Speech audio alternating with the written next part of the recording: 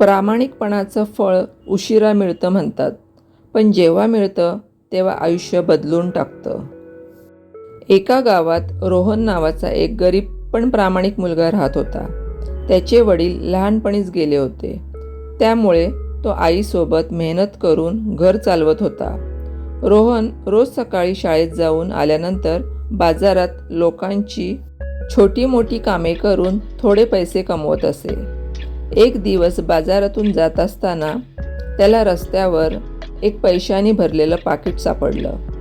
त्या पाकिटात खूप पैसे होते आणि काही महत्त्वाचे कागदही होते. रोहनच्या मनात क्षणभर विचार आला की हे पैसे ठेवले तर घरची अडचण थोडी कमी होईल. पण लगेचच त्याला आईने शिकवलेलं आठवलं, कधीही दुसऱ्याच्या हक्काचं काहीही घेऊ नकोस.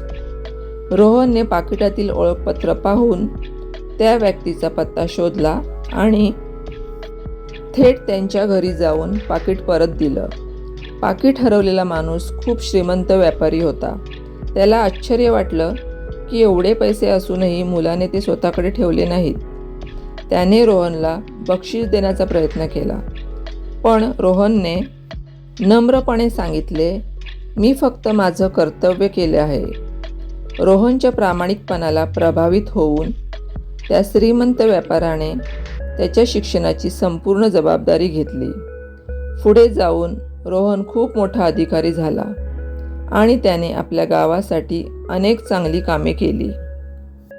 ही कथा असा बोध देते की प्रामाणिकपणा तात्काळ फायदा देत नाही, पण आयुष्यभर टिकणारं यश आणि विश्वास नक्की देतो.